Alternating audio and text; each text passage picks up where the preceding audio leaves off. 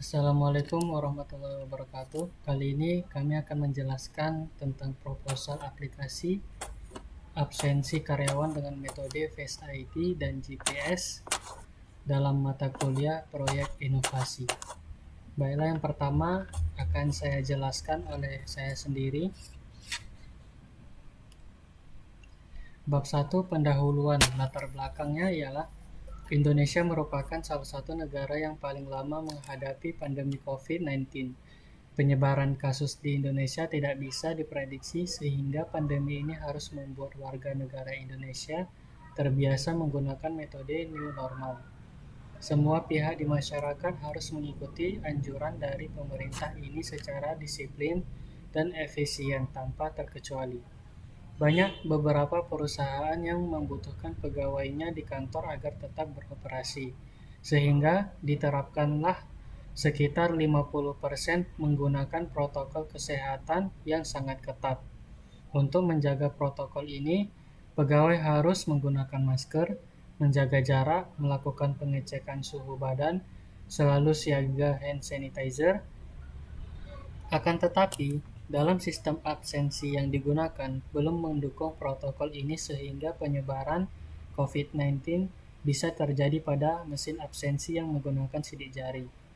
Metode ini bisa menyebabkan penyebaran virus melalui jari-jari yang menempel pada alat scanning dan antrian penggunaan mesin yang menyebabkan terjadinya kerumunan yang tidak kondusif.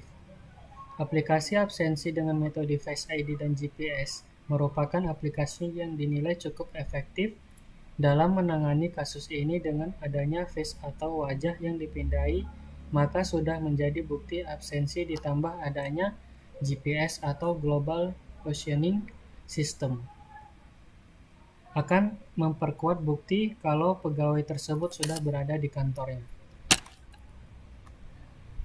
Tujuan penelitian.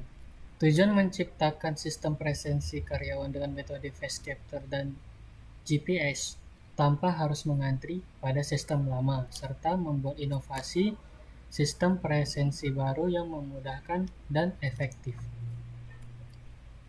Manfaat penelitian. Sistem ini sangat berguna menciptakan inovasi dan mencegah penyebaran virus COVID-19 yang terjadi di negara Indonesia. Dengan adanya teknologi GPS dan face capture, sistem ini bisa menjadi pengganti sistem fingerprint yang ada sebelum-sebelumnya. Bab 2, tinjauan pustaka. Landasan teori sistem presensi. Pengertian sistem menurut Ross M. tahun 2015 adalah kumpulan dari elemen-elemen atau komponen yang digunakan atau dirancang untuk tujuan yang sama. Suatu sistem dapat menggambarkan suatu organisasi atau bahkan bagian dari sistem komputer. Sebuah sistem komputer terdiri dari komponen hardware yang bekerja sama dengan komponen software dan dijalankan dalam sebuah perangkat komputer. Komponen perangkat lunak itulah sistem operasi yang mengelola dan menyediakan program layanan yang dapat dijalankan di perangkat komputer atau perangkat mobile. Yang bisa kita ambil contoh sistem presensi, notif jika ada di area atau zona presensi. Internet. Menurut Mulyanto, tahun 2009, Internet atau International Network merupakan rangkaian jaringan terbesar di dunia di mana semua jaringan yang berada pada semua organisasi dihubungkan dengan suatu jaringan terbesar sehingga dapat saling berkomunikasi. Web. Menurut Kadir dan Triwahyuni, pada tahun 2013, World Wide Web atau WWW atau web merupakan sumber daya internet yang sangat populer dan dapat digunakan untuk memperoleh informasi atau bahkan melakukan transaksi pembelian barang. HTML atau Hypertext Markup Language. Menurut Sibero pada tahun 2013, Hypertext Markup Language atau HTML adalah bahasa yang digunakan pada dokumen web sebagai bahasa untuk pertukaran dokumen web. Sebuah bahasa pemrograman yang digunakan untuk membuat sebuah halaman web menampilkan berbagai informasi dan dapat juga digunakan sebagai link-link menuju halaman web yang lain dengan kode tertentu. PHP. Menurut Nugroho, pada tahun 2013, PHP atau Hypertext Preprocessor adalah sebuah bahasa pemrograman yang berbentuk scripting. Sistem kerja dari program ini adalah sebagai interpreter, bukan sebagai compiler. CSS atau Cascading Style Sheets. Menurut Sibero pada tahun 2013 menyatakan bahwa Cascading Style Sheets memiliki arti gaya menata halaman bertingkat, yang artinya setiap satu elemen yang telah diformat dan memiliki anak dan telah diformat, maka anak dari elemen tersebut secara otomatis mengikuti format elemen induknya. Cascading Style Sheets atau CSS digunakan untuk membuat web menjadi lebih rapi dan terstruktur. JavaScript. Menurut Kadir dan Triwahyuni pada tahun 2013, JavaScript ialah bahasa pemrograman yang biasa diletakkan bersama kode HTML untuk menentukan suatu tindakan. Sedangkan menurut Sibero pada tahun 2013 juga, JavaScript adalah bahasa script atau scripting language, yaitu kumpulan instruksi perintah yang digunakan untuk mengendalikan beberapa bagian dari sistem operasi. Basis data. Basis data atau database merupakan kumpulan data satu dengan data lainnya yang tersimpan dalam satu tempat penyimpanan luar dan membutuhkan suatu perangkat lunak untuk menjalankannya, yaitu lansiran dari Suara dan Febriadi pada tahun 2016. MySQL. Sistem manajemen database bersifat open source yang digunakan untuk menyimpan data. Menurut Anhar pada tahun 2010, MySQL atau MyStructured Query Language adalah sebuah perangkat lunak sistem manajemen basis data SQL atau Database Management System atau DBSM dari sekian banyak DBSM seperti Oracle, MS SQL, PostgreSQL, dan lainnya. SQL. Menurut Kadir pada tahun 2008, SQL merupakan standar dalam pengaksesan database relasional. SAMPP. Menurut Widijanuarto pada tahun 2010, SAMPP merupakan sebuah aplikasi yang berisi PHP, MySQL, dan Apache yang diperlukan untuk melakukan instalasi CMS. PHPMyAdmin. Menurut Nugroho pada tahun 2013, PHPMyAdmin merupakan sebuah program bebas yang berbasis web yang dibuat menggunakan aplikasi PHP. Tujuan dibuatnya program ini adalah untuk mengakses database MySQL.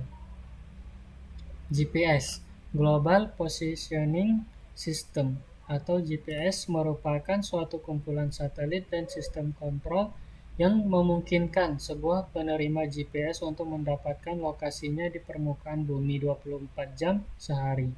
Sistem ini menggunakan sejumlah satelit yang berada di orbit bumi, yang memancarkan sinyal ke bumi dan ditangkap oleh sebuah alat penerima. Global Positioning System atau GPS ialah sistem untuk menentukan posisi di permukaan bumi dengan bantuan sinkronisasi sinyal satelit. Sistem ini menggunakan minimal 4 satelit yang mengirimkan gelombang mikro ke bumi. Sinyal ini diterima oleh alat penerima di permukaan dan digunakan untuk menentukan posisi, kecepatan, arah, dan waktu. Dilansir oleh Susanti, Astari, dan Tamrin pada tahun 2019. Bab 3. Metode penelitian. Metode pengumpulan data. A. Observasi. Tim akan mereview data-data dan memahami sistem yang lawas. B. Wawancara. Wawancara yaitu metode pengumpulan data primer yang akurat dan mendalam dengan cara wawancara langsung kepada responden. Metode ini dilakukan dengan menggunakan alat berupa pedoman wawancara yang telah dipersiapkan. Jadi, tim akan mewawancara kepada perusahaan atau administrasi yang mengurus presensi. C. Studi pustaka. Penulis melakukan penelitian kepustakaan untuk memperoleh aspek-aspek teoritis dalam pengumpulan data dan informasi melalui buku, jurnal ilmiah, dan materi lainnya. Bab 3. Metode penelitian.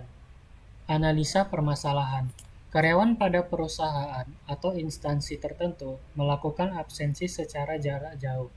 Permasalahan yang muncul diambil dari beberapa wawancara dengan karyawan mengenai tidak efektifnya proses absensi yang lawas dan dapat menyebabkan penyebaran COVID-19. Untuk itulah penelitian ini dibentuk untuk menjelaskan sistem yang akan dipakai untuk kedepannya agar mengurangi penyebaran seperti anjuran pemerintah.